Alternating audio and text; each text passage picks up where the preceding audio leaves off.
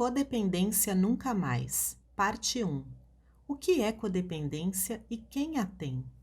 A história de Jéssica. Esta é a história de Jéssica. Vou deixar que ela conte.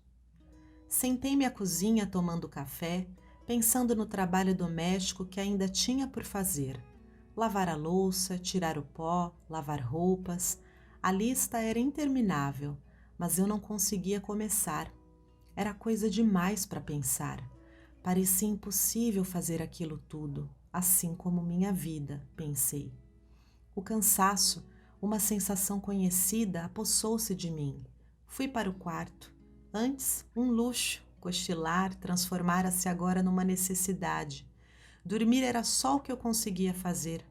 Para onde tinha ido minha motivação? Eu costumava ter excesso de energia. Agora, maquiar-me ou pentear os cabelos era um esforço que eu frequentemente deixava de fazer. Deitei-me na cama e caí num sono pesado. Quando acordei, meus primeiros pensamentos e sensações foram dolorosos. Isso também não era novidade. Não tinha certeza do que doía mais. A certeza de que meu casamento estava acabando. O amor terminara, aniquilado pelas mentiras, pela bebida, pelas decepções e pelos problemas financeiros. A raiva amarga que sentia de meu marido, o homem que causara tudo isso. O desespero que sentia porque Deus, em quem eu confiava, me traíra, permitindo que isso acontecesse. Ou a mistura de medo, impotência e desesperança que impregnava todas as outras emoções. Desgraçado, pensei, por que tem de beber? Por que não pode tornar-se sóbrio mais cedo? Por que tinha de mentir? Por que não podia amar-me tanto quanto eu o amava? Por que não parou de beber e mentir anos atrás, quando eu ainda me importava? Nunca tive a intenção de me casar com um alcoólico. Meu pai tinha sido um. Tentei escolher cuidadosamente meu marido. Grande escolha. O problema de Frank com a bebida ficou evidente em nossa lua de mel, quando ele deixou nosso quarto de hotel à tarde e só voltou às 6h30 da manhã seguinte. Por que não enxerguei isso antes, então? Olhando para trás, os sinais eram claros. Que tola fui! Oh, não, ele é um alcoólico. De jeito nenhum. Defendia-o sempre. Acreditei em suas mentiras. Acreditei em minhas mentiras. Por que não o deixei? Por que não me divorciei?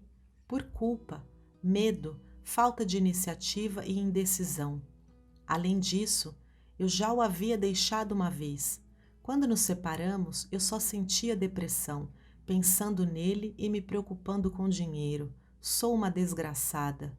Olhei o relógio, 2:45. As crianças chegariam logo da escola e depois ele chegaria e esperaria o jantar. Não fiz nenhum trabalho doméstico hoje.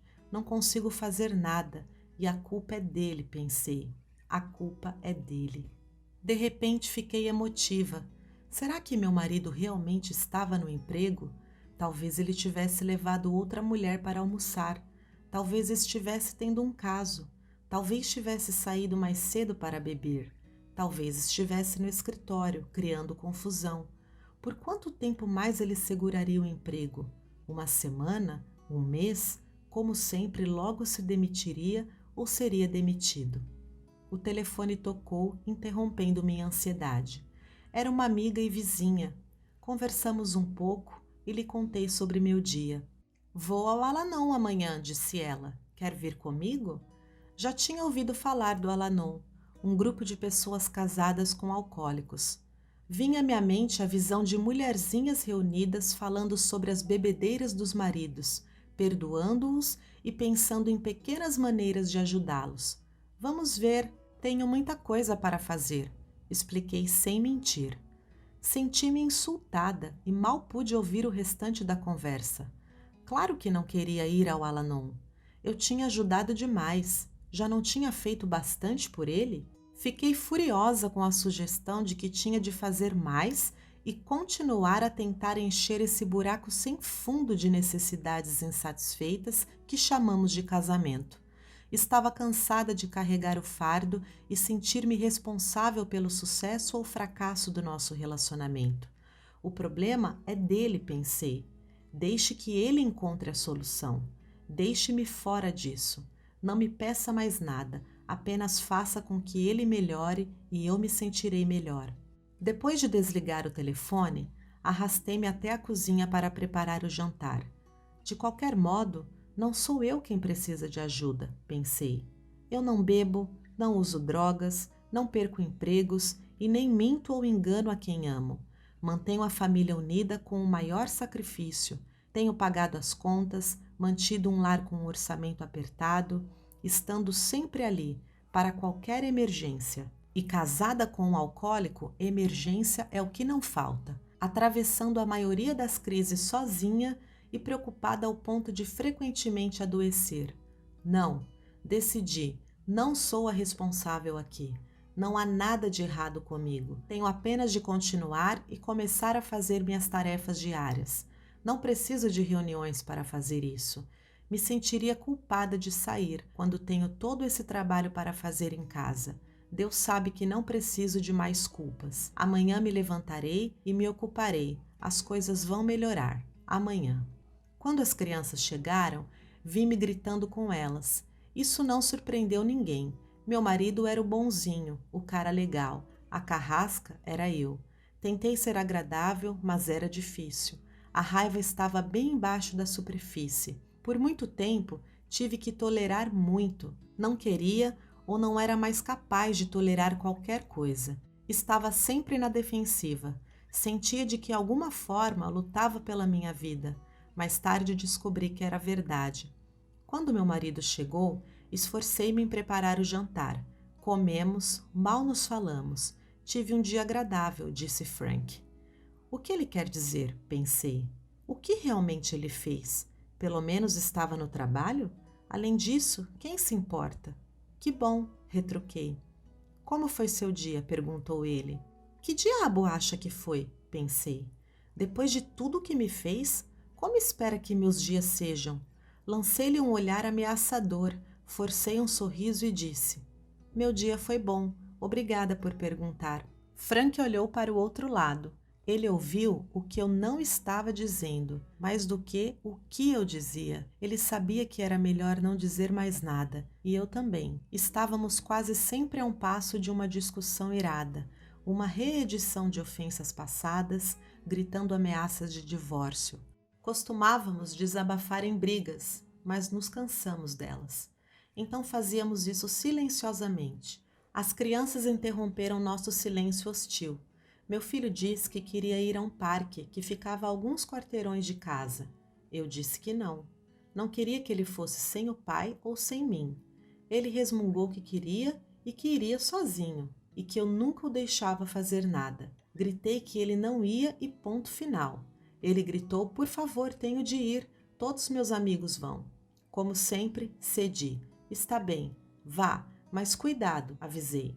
Senti como se tivesse sido derrotada. Sempre me sentia derrotada, com meus filhos e com meu marido. Ninguém jamais me ouvia, ninguém jamais me levava a sério. Eu não me levava a sério. Depois do jantar, lavei a louça, enquanto meu marido assistia à televisão. Como sempre, eu trabalho e você se diverte. Eu me preocupo e você descansa. Eu ligo e você não. Você se sente bem e eu sofro. Desgraçado. Atravessei a sala várias vezes, bloqueando de propósito a frente da televisão, lançando-lhe secretamente olhares de raiva. Ele me ignorou. Depois de me cansar disso, voltei à sala, suspirei e disse que ia varrer o jardim. Isso é trabalho de homem, expliquei, mas acho que vou ter de fazer eu mesma. Ele disse que faria depois. Eu disse que depois nunca chega. Não posso esperar, já estou envergonhada do quintal. Esqueça, estou habituada a fazer tudo, vou fazer isso também. Ele disse, está bem, vou esquecer. Saí com raiva e andei em volta do jardim. Cansada como estava, fui cedo para a cama. Dormir com meu marido tornara-se tão estressante quanto nossos momentos acordados. Também não queríamos conversa, cada um virando-se para um lado, o mais longe possível do outro. Ou então ele tentaria, como se tudo estivesse bem, fazer sexo comigo. De qualquer maneira, era tenso. Se virávamos as costas um para o outro, eu ficava lá deitada, com pensamentos confusos e desesperados. Se ele tentava tocar-me, eu congelava. Como podia desejar fazer amor comigo? Como podia tocar-me como se nada tivesse acontecido? Geralmente, eu o empurrava dizendo: "Não, estou muito cansada." Às vezes eu concordava por estar com vontade. Geralmente, porém, se fazíamos sexo, era porque me sentia obrigada a cuidar de suas necessidades sexuais e culpada se não fizesse. De qualquer modo, o ato sexual era sempre insatisfatório, psicológica e emocionalmente. Contudo, eu dizia a mim mesma que não me importava, não ligava, não mesmo. Havia muito tempo eu tinha trancado meus desejos sexuais. Havia muito tempo tinha trancado a necessidade de dar e receber amor. Congelara aquela parte de mim que sentia e se importava.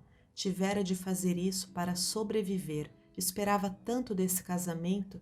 Tínhamos tantos sonhos para nós, nenhum deles se realizou. Eu havia sido enganada, traída. Meu lar e minha família, o lugar e as pessoas que deviam ser carinhosas e confortadoras, um ninho de amor, tornaram-se uma armadilha, e eu não conseguia encontrar a saída.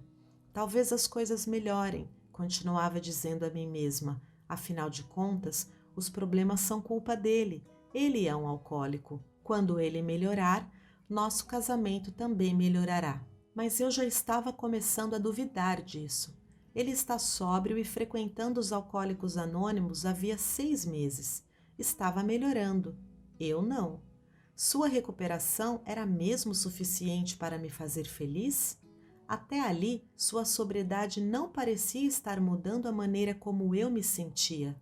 Seca, usada e frágil aos 32 anos. O que acontecera com o nosso amor?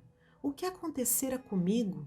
Um mês depois comecei a suspeitar do que logo eu saberia ser a verdade. Até então, a única coisa que mudara era que eu me sentia pior. Minha vida tinha chegado a um beco sem saída. Eu queria que ela terminasse. Não tinha esperanças de que as coisas melhorassem. Já nem sabia mais o que estava errado. Eu não tinha qualquer meta, a não ser cuidar de outras pessoas, e não estava me saindo bem nisso. Estacionara no passado e me sentia apavorada quanto ao futuro. Deus parecia ter me abandonado. Sentia-me culpada o tempo todo. Achava que ia ficar louca. Algo horrível, algo que não podia explicar havia acontecido comigo. Algo que se apoderou de mim e arruinou minha vida. De alguma forma, eu tinha sido afetada pela bebedeira dele, e a forma com que isso me afetara tornou-se um problema meu. Já não importava de quem era a culpa, eu havia perdido o controle. Conheci Jéssica nessa época de sua vida. Ela estava prestes a aprender 3 princípios fundamentais. 1. Ela não estava louca, ela era uma codependente. Alcoolismo e outros distúrbios compulsivos são realmente doenças familiares. A forma como a doença afeta outros membros da família é chamada codependência. 2. Uma vez afetada pela codependência, é como se ela assumisse vida própria. É como contrair pneumonia ou algum vício destrutivo. Quando pega, fica. 3. Se quiser livrar-se disso, você terá de fazer algo para melhorar. Não importa de quem seja a culpa. Sua codependência agora é problema seu. Resolver seus problemas é responsabilidade sua. Se você é codependente, precisa encontrar sua própria recuperação ou seu processo de cura. Para começar a curar-se, é bom compreender a codependência e certas atitudes, emoções e comportamentos que geralmente a acompanham. Também é importante mudar algumas dessas atitudes e comportamentos e compreender o que se deve esperar quando essas mudanças ocorrem. Este livro ajudará nessas compreensões e encorajará as mudanças. Tenho o prazer de dizer que a história de Jéssica teve um final feliz, ou um novo começo. Ela melhorou, começou a viver sua própria vida. Espero que você também consiga.